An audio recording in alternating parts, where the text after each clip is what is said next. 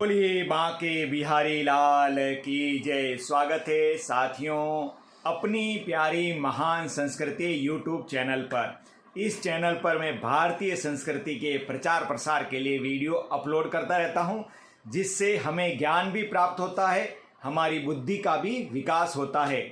और इस चैनल को अगर आपने सब्सक्राइब नहीं किया है तो कर लीजिए और अपने किसी साथियों को भी इसको शेयर कीजिए, ताकि अधिक से अधिक लोगों को फायदा हो और अपनी संस्कृति के बारे में सब लोग जानें, क्योंकि अपनी संस्कृति की रक्षा हमें ही करनी है, कोई दूसरा नहीं आने वाला। तो सुनते हैं एक छोटी सी कहानी, कथा है भगवान की। उसका शीर्षक है चले ते हरि भजन को लगे कपास ओटने।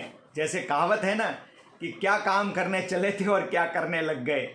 तो एक पुरानी कथा है, बहुत पुरानी, प्राचीन समय की। एक भक्त था भगवान का, बहुत ही बढ़िया।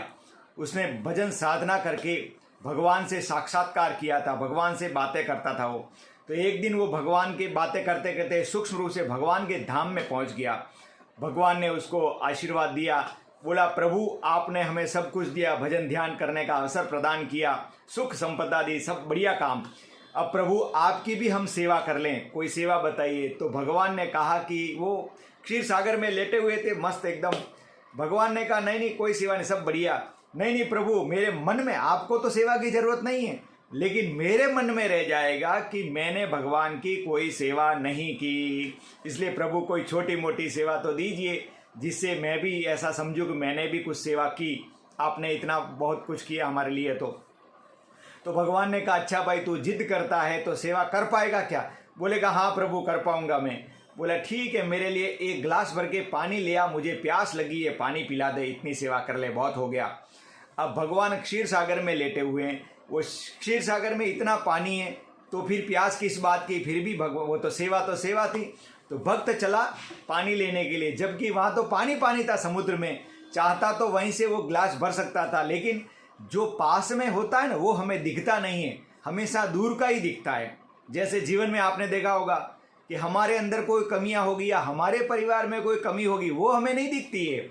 दूसरे के परिवार की कमियां या दूसरे की जो भी अदर डिपार्टमेंट वगैरह जो भी, वो सब कमियां हमें दिखती है। मनुष्य का ऐसा स्वभाव है।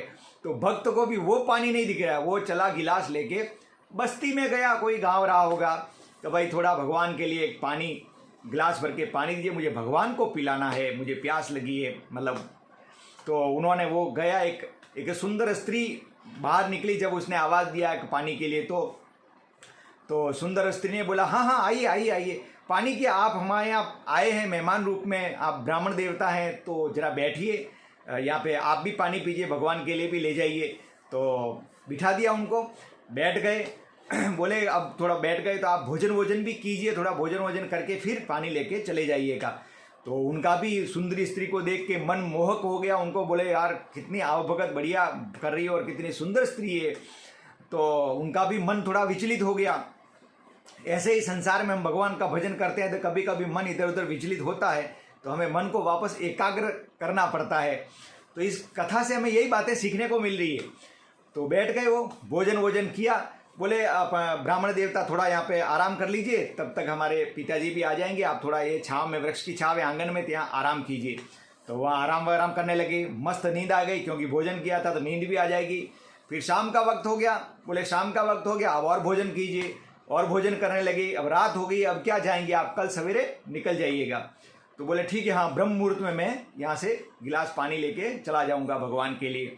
और वो सो गए। अब सो गए तो फिर वहीं वो उसमें ही मोहित हो गए, और धीरे धीरे करके उन्होंने तो वो भगवान का तो भूल ही गए। बोले भगवान को क्या ज़रूरत है पानी की, वो तो समुद्र भरा पड़ा है, भगवान तो ऐसे पी लेंगे, कोई दिक्कत नहीं है। वो वहीं रह गए और वही धीरे धीरे करके उसी महिला से उन्होंने शादी कर लिया, बच्चे हो गए। जब वो 60 साल के हो गए, बूढ़े हो गए, बच्चे भी बड़े बड़े हो गए, तब एक दिन उस गाँव में बाढ़ आ गई। बहुत ज़बरदस्त पानी, चारों तरफ पानी पानी हो गया। और वो भी अपने बच्चे हो गए, 3-4 बच्चे थे उनके, किसी तरह उनका हाथ पकड़ा, लेकिन वो भी पानी में बह गया, पत्नी भी पानी में बह गई, पूरा गांव ही बह गया। तो वो धीरे धीरे करके थोड़ी एक ऊंची चट्टान थी, वहाँ जाके बैठ गए। और वहाँ बैठे तो क्या देखा, दूर से भगवान नाव में बैठ के आ रहे हैं। जब भगवान पास में आए तो भगवान ने कहा अरे भाई तुमने मुझे अभी तक पानी नहीं पिलाया, मुझे प्यास लगी रही है। बोला कि भगवान मेरे को माफ़ करो, प्रभु माफ़ करो, मैं सब संसार के माया जाल में फंसकर मैं भूल गया कि मुझे क्या करना चाहिए था, क्या नहीं करना चाहिए था। इतना कहा और फिर भगवान ने उसको क्षमा किया और फिर अपनी सारी माया जो थी वो भगवान की समेट ली। वहाँ कोई सुंदर स्त्री नहीं थी, कोई बाढ़ नहीं थी, कुछ भी नहीं था। तो साथियों, हमें इस कहानी से ये शिक्षा मिलती है कि हम भी कुछ काम करने जाते हैं, जैसे भगवान का भजन कर रहे हैं तो संसार में लिप्त हो जाते हैं। हमारा मनुष्य जीवन ही हमें इसीलिए मिला है कि हम मनुष्य जीवन में दैनिक कर्मों के साथ साथ भगवान का भजन करें। अधिकतर भगवान के भजन में हम अपना मन लगाएं, काम करते रहें, नाम जपते रहें। लेकिन लोग बाग क्या करते हैं कि कुछ लोग बाग हैं, सभी नहीं, वो कमाई करने के चक्कर में उसमें टाइम ज़्यादा निकालते हैं। काम धंधे में बोले काम धंधा कब करूँगा, भगवान का भजन करूँगा। जबकि मनुष्य जीवन मिला भगवान के भजन के लिए, तो आप काम भी करते रहिए और भगवान का भजन भी करते रहिए। तो ये वीडियो आपको कैसा लगा कमेंट करके अवश्य बताएं। इसी प्रकार के वीडियो और देखने के लिए चैनल को सब्सक्राइब करें और बेल का आइकॉन अवश्य दबाएं, ऑल को भी क्लिक करें।